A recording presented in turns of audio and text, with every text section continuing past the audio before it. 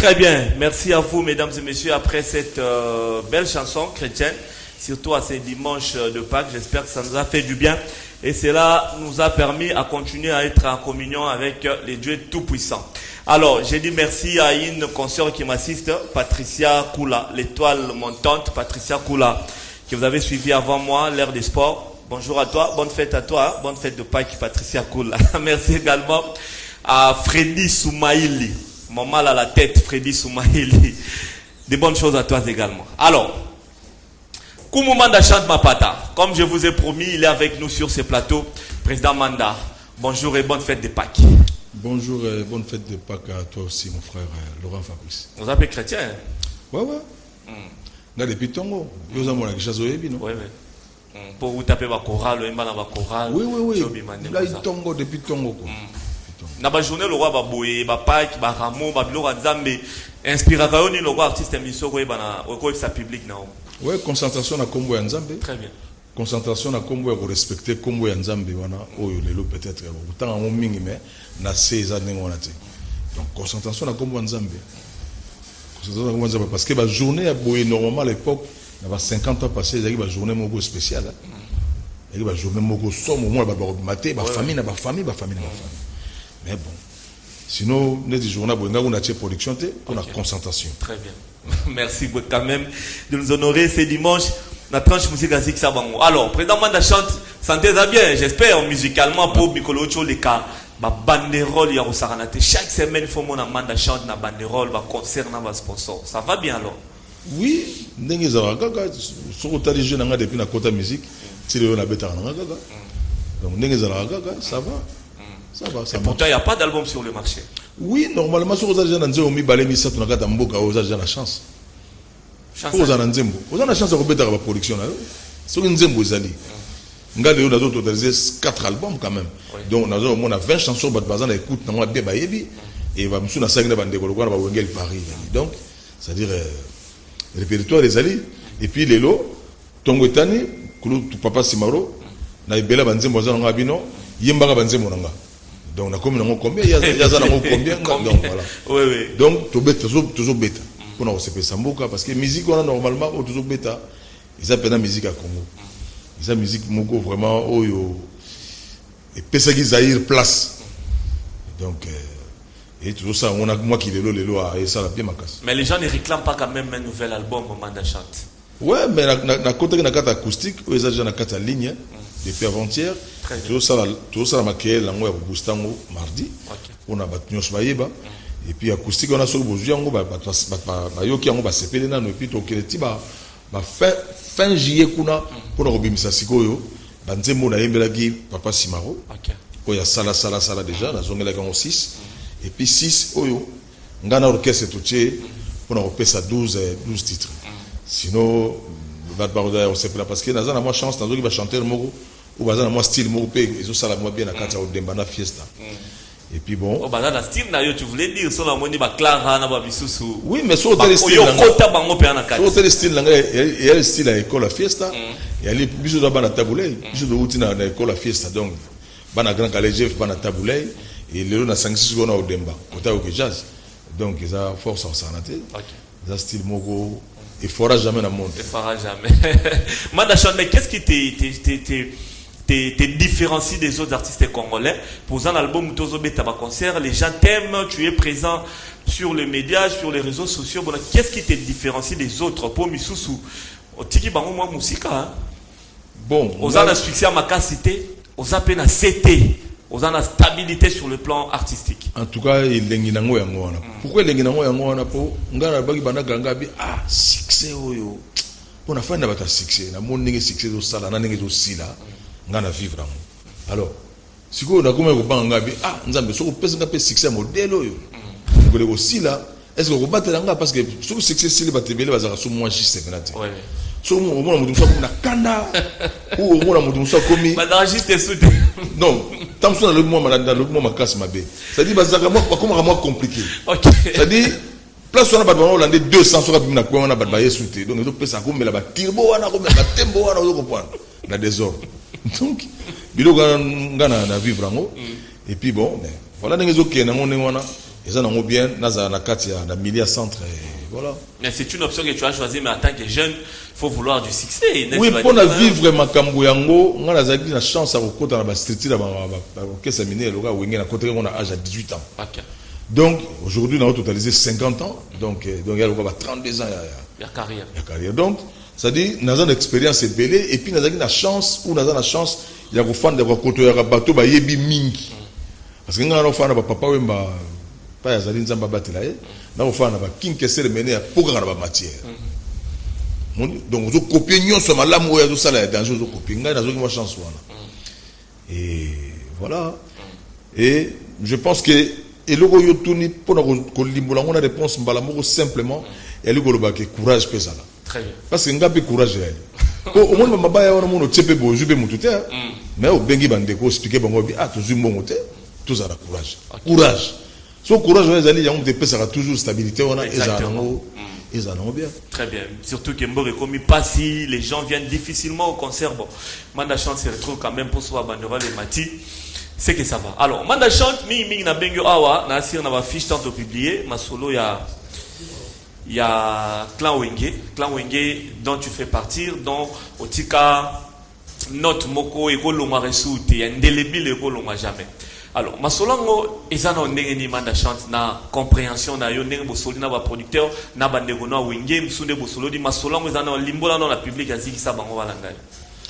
Oui, question tout le monde bien, mais je pense que Mbela ou souci ya moko na Wenge pezarika que un jour ezala ndengo wana.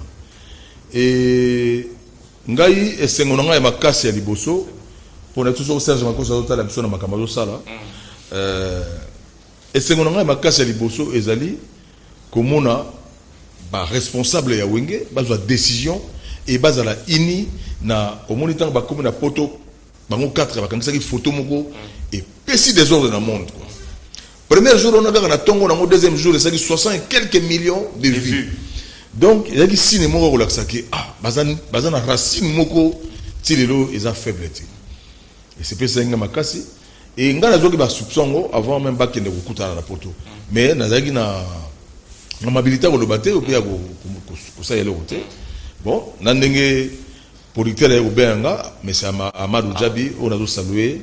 Nous avons un monstre. Pourquoi? Parce que tout le qui va producteur, ou va producteur, va salami nakata qui chasse ça, tout le monde qui va sponsor, et ne ba na mboka ou babino, biso le ngito sangsa bino, ou tonto sangsa bangomi balé, bolobinini, et ça là qui problème ya osanati. Mais c'est Amadou Djabi, na ba relation ya on a bango parce que ya zana bango depuis. OK. Ndé a convaincu ki bango a soli na bango. Et bako ko sala bomoko wana bango basali bomoko et bango dozo diriger G mais bazaka 4 plus 2 nengenga na histoire bazana ingénieur Serebula et bazali na vice-président Odobaga Adolphe Dominguez na kata histoire na bango toko ko changer en côté très bien voilà et puis bon voilà producteur ga benga pour banga que non voilà Manda chante aux awa ngabi nazali ko mona ngabi tata bon mutatinenga batu batinenga na mona yo na benga yo ezali makulutu na yo jibe piana na weraso. OK. Je suis très content parce que natali marmonga bia bato yo bakoma pena loin. Parce que ce que batongo batali biso ndenge to komana ba bana na mama ba responsabilité batali babi non. D'abord ça. Et puis na kuta na producteur na lobby na ngai na ville kuna pana ye kuna. Apesinga ba kambunenge ezali ba ligne de conduite ndenge ezali. Et puis bon, à 5 rendez-vous pendant bango. OK. Et la série bon merci parce que motunet na yebi que président Jimé Piana po kongo fala ki na matadi. Abino tout un rendez-vous to sur la utile là na Manda chante. Na collègue na biso leki na biso Manda chante. Donc nazaki na songa makasi na ye rendez-vous na kutana le roi de la forêt. Il y a 45 minutes mais ça même 3 heures de temps pour le solo là. Tout solo qui trop et na lobaki na bango makamine na boza acteur. Puis vrai acteur a raté na suka mo na accueillir acteur. Boza acteur et motema obo lakisi boza motema monene. Producteur alobi na ngabi Manda nga nazwi Wenge oyo pona disque ya Pentagone. OK. Nga nazwi Wenge oyo pona nazwi Wenge oyo pona na la production ya Pentagone. Donc nous goloba. Ça c'est une précision. Soko yemba qui ne bougeait, vous a déjà été. Soko yemba qui na yo kala ibwingi, vous a déjà été. Mais alors quand on a dit sauver dans les deux personnes de l'administrateur, parce que l'administrateur on a quatre. Prince Salé Makaba, fondateur de Didier Marcella, le roi de la forêt Venanga Werason et président Jibin Piana. Bon on va quatre. Et Nathalie Ngabi donc politique dans le Pentagone. Mais Nathalie Ngabi a Banoko, Salika Motia Malam Babi non. Donc tout ça. Et je pense que est bien. Oh, tu peux se bangoter ou bien on a pesé bangoter. Tant que on peut se bangoter parce que ma yemba technique on a comme on peut sous comme moi alors président manda chanto bengango réconciliation. Réconciliation oui. Et là, il y a des choses de réconciliation. Parce qu'il y avait des antécédents, il n'y a pas de problème. Oui, on a des antécédents déjà au Saranaté, mais il y a des réconciliation. Ok. Le bureau a des antécédents, il y a des antécédents. Non. On n'a pas de bandégote. Gabin on a besoin de chanter à côté de la prébisso. Et Mélia. La Bible Mélia, il y a des yemba, c'est quoi? Pose que tu yemba. Mais oui, pour moi, on a Ngaï. Ok. Bon, Amadou Djabi a tché Makambo. Venez, on va chanter, toi manaki kakol, toi manaki angelou, toi ange adorable, toi yemba. Parce que c'est quoi le monde allez makaba na pointe. Donc on voilà, allez makaba abetera souté bani tétété. Il est toujours meilleur. Oh dites ma c'est la fin de la porte est-ce que c'est tétété. Voilà, OK, Alain Pela lobby en lobby va performance aux esundenge mokoté pour na. Bon, Alain atalaki moi misumsu mais obi artiste azanga artiste et puis on a phénomène ba wenge oyo.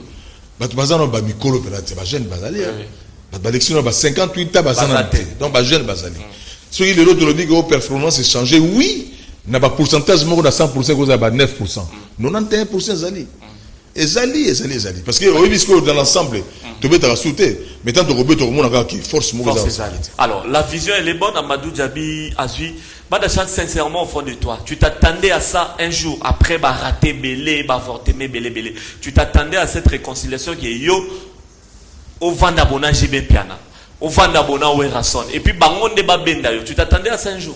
En fait, biso na bango, tout ça na chance belé to kuta na makambuta mso ba bengisi mboka e bengisi ba musicien, au moins na kuta na bango. On a toujours de Ralibota. Et nous avons sous nzela kuta na bango to sola ki mingi na nzela voyage maman Olive, l'ambassade qui anniversaire à l'époque. To kana ki Goma. Na kuta na bango to sola na bango longuement. Et ko kuta na oyo pena ya kofanda pona indusa idéologie, Amadou Djabi muta bengi bango abino, beaucoup na legi na bino bo sola na kanisine yali. Et tant na yaki ba pesi ligne de conduite. Bango pona bango faut respect à la totale. Stricti raison ngene zalaki, respect total.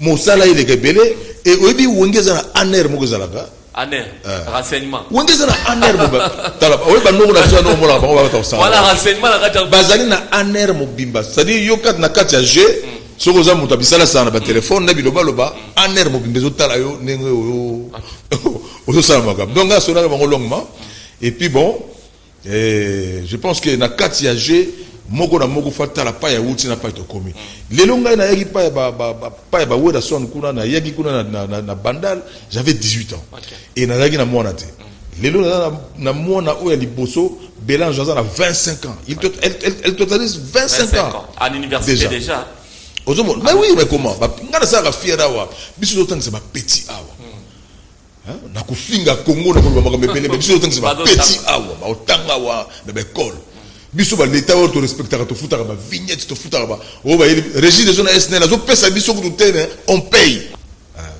fier des na makamebele na makambo yo ba na biso bazali et wenge je pense que ba responsable ba wenge bazana force mususu pourquoi wenge wana bango basali wenge wana me basangisi bikolo tout mbuza za na wenge mushwaila za na wenge mutetela za na wenge moluba bazali na wenge mumbalali na wenge Mongo azali na wenge. Ah non. Bikolo ya kuna. Yo wa mutetela na wenge. Donc natali ngabi et puis nzambe aza tellement munene abateli moko na moko. Ngana bika ata na kota ki sika na 4 orchestre na 89 90 to kufela ki accompagnateur Blaise Combo azamo na lingwala azaki bon guitariste na bango et je pense que na banzela na bango bazo sala pe messe pour na ye. Et puis bon les na bandal obi orchestre na les orchestre ba Martin Likombe ba Richard Mwamba azali aza vivant parce que belé na bandal wana oyo lelo faut passer la fête bas dongo la barrière penser bas ça la fête na bandal le fait ça la fête. Alors parce que wenge zali Congo, wenge zali Kinshasa, wenge zali bandal. OK. Bandal faut pas ça la fête bas à la barrière té que oh non voilà faut pas benga biso pététété. Producteur ayo bet sa musique, ayo kotala makambo té ndenge bandaki na bandal. Donc ba musicien ba responsable ya groupe ba goye belo ni ba kosala na kombo ya bandalungwa. Et non bandal ndenge bandeko musu azo silika wana ndeko moko yedi maziko wana azo silika yer tout. Azo silika mo ete ono manda. Il faut bazonga na pa na biso ngami mon cher. Ba kozonga pa na bino ndenge nini yo betaka musique te yo saki kaka poids. Peut-être na mona bandal. No bana bandal bo sepela bazana bo sepela. Ba yebake histoire na bango mabele na bango oyo tombolaki oyo zoki biso na banjili kuna et tomboli. Donc faut faire parce que awa to aller awa ata to kolobanini na li produit à Wenge. Très bien, vous allez produire Wenge, ça allait bien. Alors rentrons dans la vision ezala concert le 30 juin au Borobeta.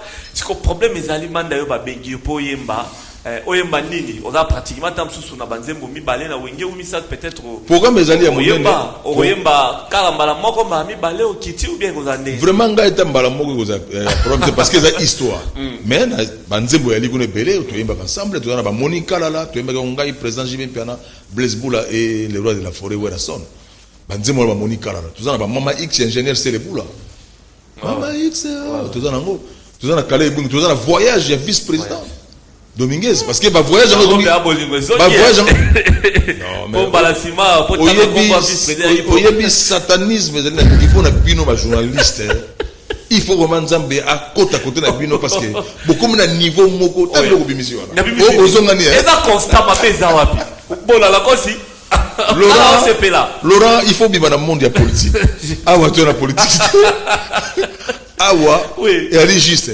nasali constat au monyo mabe manda nga banda kala na ba etando na yo na tanga koma ba frère nanga na problème mot donc ezali pona mama wengete yo yebi ke biso tsaka ba exemple malamu pona bandeko eza pona mama wengete wengelo lobi nanga lelo no zala molobeli na ngambu ya biso ba musicien oui on va l'accompagner na ba porter parole bazana ba yebi idéologie yo za le roi représentant na bango porter parole na bango nga naza po na ba musicien et puis to za ba musicien to so la marbepele oyo et ozala parce que administrateur o tsaka administrateur administrateur ba changer GT le gars to boti bana to koli to za ba administrateur ozu baba na OK bongo ya makambo yo kuna te zonga kitisa mpeka il y a le président Jibem Piana kitisa mpeka expliquez mi soketo zonga trop ne bazonga ni boye ba obeta concernant ni président et ozande na otema katikati na osala boye moi bloka mikemi wana manda chante mi tuna na yo wana ezola kisa kozala kiti tango histoire bandaki mais soki na nayi soki tango histoire bandaki bazana structure na bango mobimba oyo ezalaki ba sali jeu na bango oyo fondateur oyo pardon mais oui mais pourquoi autour de la question de tout ni kaka pompe toi comme président ndengo tu oyana kibana okete oyebi kokotsa désordre na komona bango na moya lelo eza sauté parce que et osala pe mutelo roté wera sona za pouvoir na ye jibien bien na pouvoir na ye ale makaba za na pouvoir na ye Didier Masela za na pouvoir na baza na pouvoir moko balobelaka likambo moko donc na structure na bango so babaki ndeko zo za na président donc ils ont ndengo wana et wera teke na sanso yo tourna na pe sokisa mutu mususu rien bactère bandimi jeune na bango et puis ba sangisi bandeko na bango bien. Alors, répétition au Banamkoni, parce que là aussi c'est la question. Vous avez de répéter ensemble les quatre. Par programme Union, je pense que les grands producteurs Madou Djabi, n'enga le bagay au Banam mais awa. Parce que toujours c'est la bande de Gwebele na poto, ba Prince Ale Makaba, ba Alain Pela, Emelia alias, Patient. Tout kalu du coup na kuta na ye awa na kuzu moko awa. Na kena pas Madou Djabi, na moni pe tout kalu du na to sola ki trop tout kalu, grand soldat quoi. Et na ko kama tout kalu nzo kaza ka muluba quoi. Oh. Kana katsoko muzombo mukongo mo bo mundibu nzoka ne wa muluba abina kana ka muluba ngapi ya mwana ka tembe donc c'est à dire tout ali ba robert ko kotana ebité na tuna ki penate mais on dirait boya ba patient kusangela wana ba meilleur wana ba boya ba munyoso donc c'est la fête totale et ba maître fikare bazali Burkina Faso azali Titina Al Capone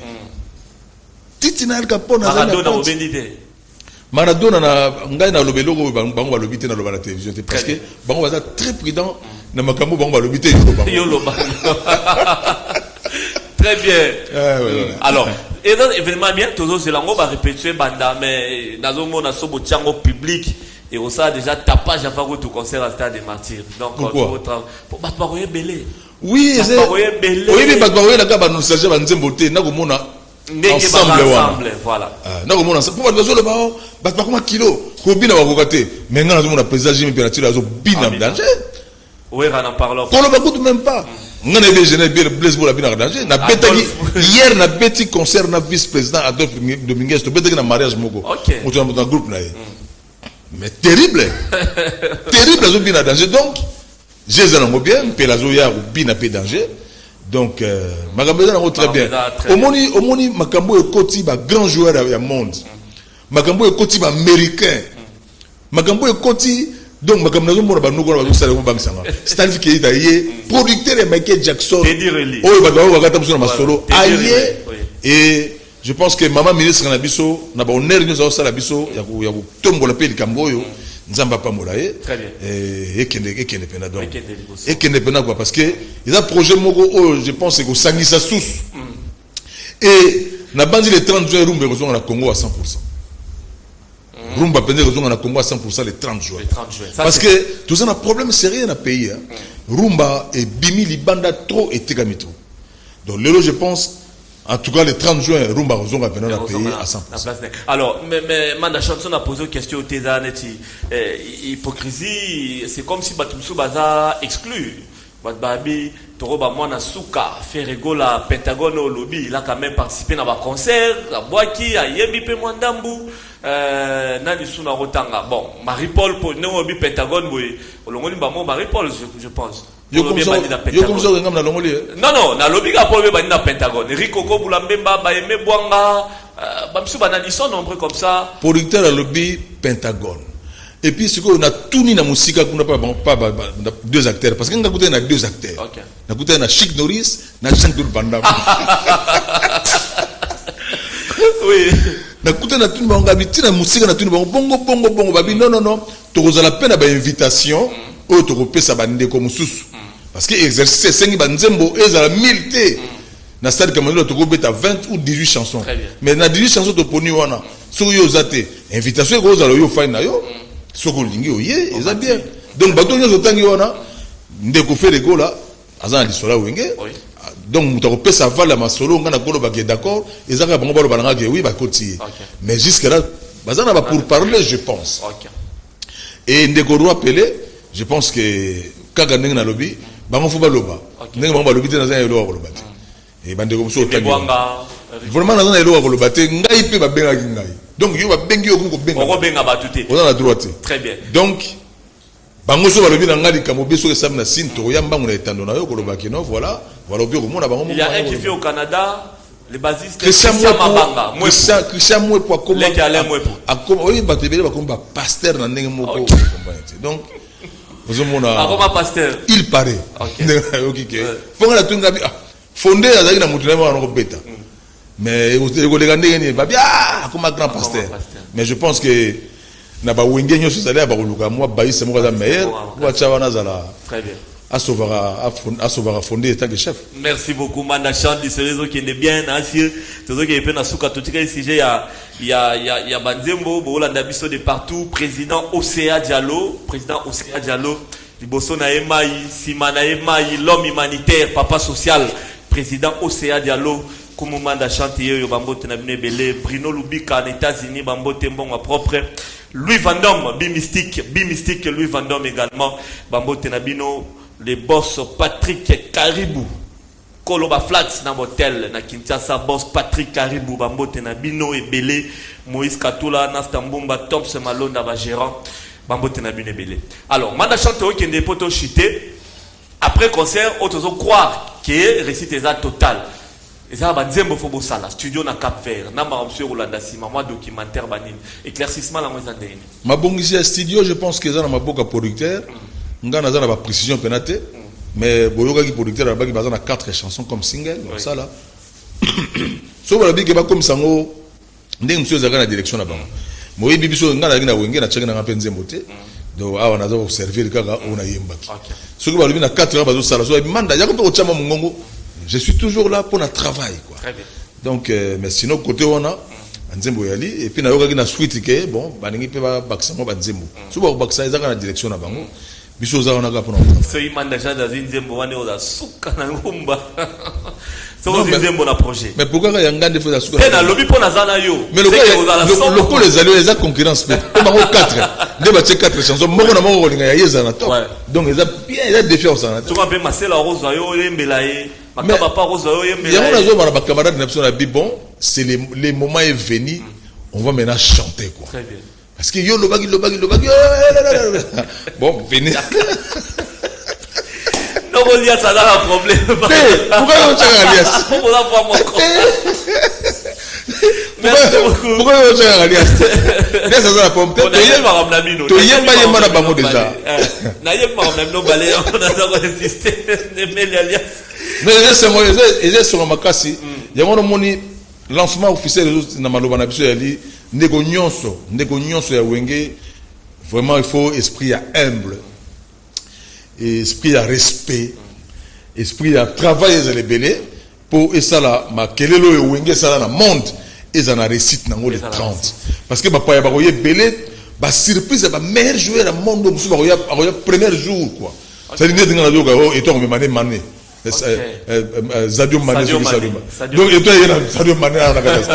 Donc magambo banoko na bazoya na ngamo na utaba nga banoko ba mystique. Très bien. Banoko ba mystique. Très bien. Ça ça dit kalita coach makambu belé donc ça dit terrible. Pour na ndai na réseaux sociaux Samuel et toi féliciter bino makasi. Yé mutajo faire na maboko le femme ba master na ba na stade Kamanyola. Donc tant ba master na wa Sadio Mané, ah ba bi Ronaldo. Yanga na to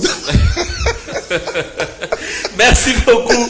Koumouma Dachante, ma patate, tous les projets, ça la biso bien. Mais un mot pour le producteur quand même. Parce que Bamsou Bazolo, c'est tard. Réconciliation, on bien concert en haut et retard. Quand on va succès, makasi. Fallait battre Maroyo kana basa la projet wana bon les lots tant ou comme na wana bambongo même on va succès. Succès ezali musala oyo wenge salaki. Succès ezali musala oyo wenge salaki. Et musala wenge salaki on a kata succès tile on a balabala les en valeur et batongo baza ba jeune batongo baza ba jeune donc je pense que c'est simba total. Très bien. Producteur biso de kutana de libika o moni ndenge yo ye makambu oyo kamata matoi na omi balé kanga ouais ouais zala prudent na ba conseil ya pamba pour orchestre oyo zana ba kolona ko na Kishasa ba viandre kimbuta ba vie gentini ngobela oyo ba José Mukwayanzo, ba Michel Kabeya, ba Polecha, ba Colonel Nono Botena.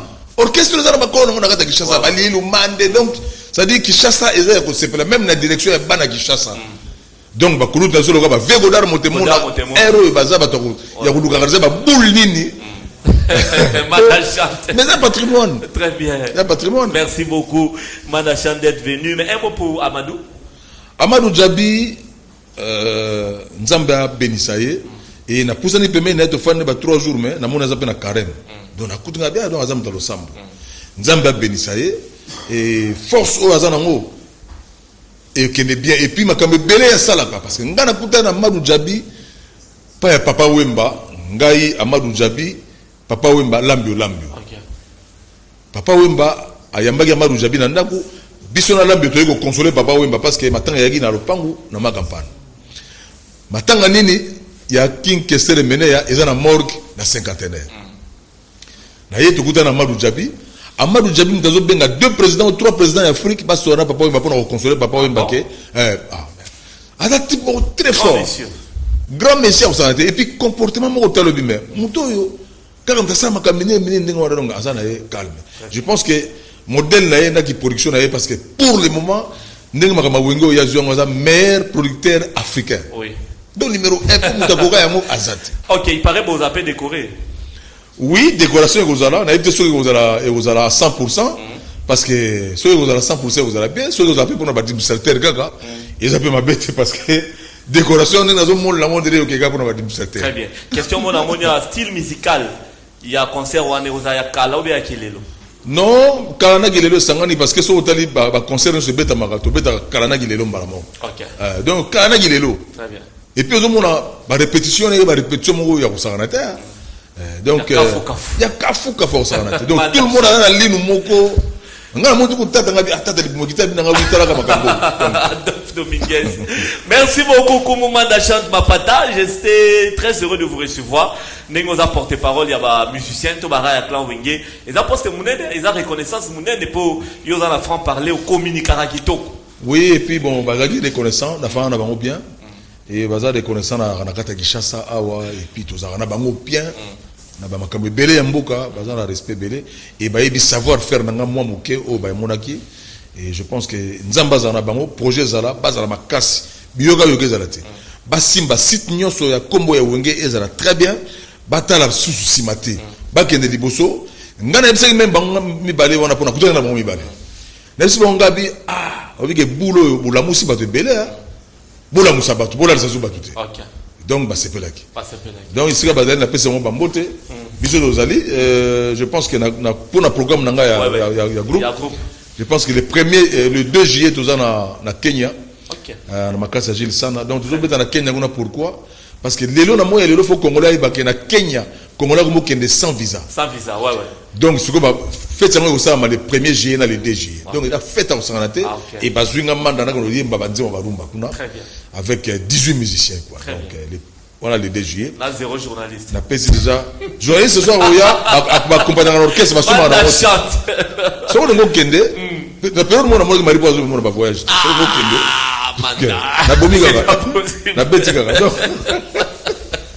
Donc, Laurent Fabrice Toban, le roté, toi, Batakaranga, yo. Donc, na cinq merci na Canal King. En tout cas, ndakwa Tongo. Et bandeko belé baza ba ça sur Roger, ba Serge Makoso ko baté. C'est peli. Boulot non est très bien, qui est non gagne qui est la neutralité. Ils allaient faciliter parce que belé va perdre makamna pour la neutralité. Au moins le ba producteur le ba Amadou Djabi azo consulter parce que vous allez naître. Mais talo ba ponaki bangambo, ba commune ba prom sérieux ya ça. Très bien. Donc dans nzela canal kin na saluer bandeko nyonso batali biso na moya lelo. Wa alati c'est maintenant bon en tout cas dimanche. Na uté ko sala ba sport nanga et puis dimanche relax na tchétchika ka biloko nanga OK. Faut yo kamula ga. Non, ça dit bon je trouve que na kamula ga na kuta nanga na ba pasteur. Yo to ba pasteur. Ba pasteur au moment là ta kitoko ne oui, mais pasteur là dit bien. On a autre église. On a dit bien. Merci. On parce que là tu ba pasteur ne yango. On a dit bien. Donc et pesi nango na ye bon oui oui que tout. Il y a petit fait c'est qu'on a hier sur bête. En tout cas, c'est dans les bimera qui déjà. C'est la mode. Si c'est mato. Donc, na sepeli makasi, nzamba za na bino, na banzi to le kaka, ale malembe ba intervenir au le kaka, mais na dozu mot d'ordre était. Très bien. Mot d'ordre au banda à partir de mai. Ne ba dozu la administrateur Msubaya, na bande comme solo ba ingénieur Blaise Boula bazoya et puis ça bien. Donc quant à moi merci, bande ko soit talibiso on appelle ba Serge ba Georges Bato Bambote, Fabrice Lobé Bambote, Alino Forme Bambote Belé, ingénieur Dem Record, ingénieur azor ensemble le makama musique na kata Congo, ba Dem Record na pesi Bambote Belé, na pesi sous Bambote nanga et belé na coordination yo sur travailler na kata groupe. Courageuse les belé parce que les musique ba yeli biso rumba. Donc biso surtout tout l'accès au rumba. Makelele era osalango eza sauté. Donc bon moko na kata mabota, moko na kata musique, moko na kata Congo. Très bien. Merci beaucoup Koumoumanda Chante Mapata. J'espère que vous avez aimé cette partie avec Manda Chante en rapport de Betty Masolo et Clan Wenge avec les francs-parler de Manda Chante Nassir Bosepeli et qui est le 30 juin. Moi, je veux vraiment m'investir pour un projet ou pour un concert ou dans la réussite pour après tout on appelle Wenge man, n'est-ce pas Manda Chante? Yo Wenge na Wenge. Yo Wenge le Paris. Wenge Garibani na Wenge. Je suis désolé monsieur.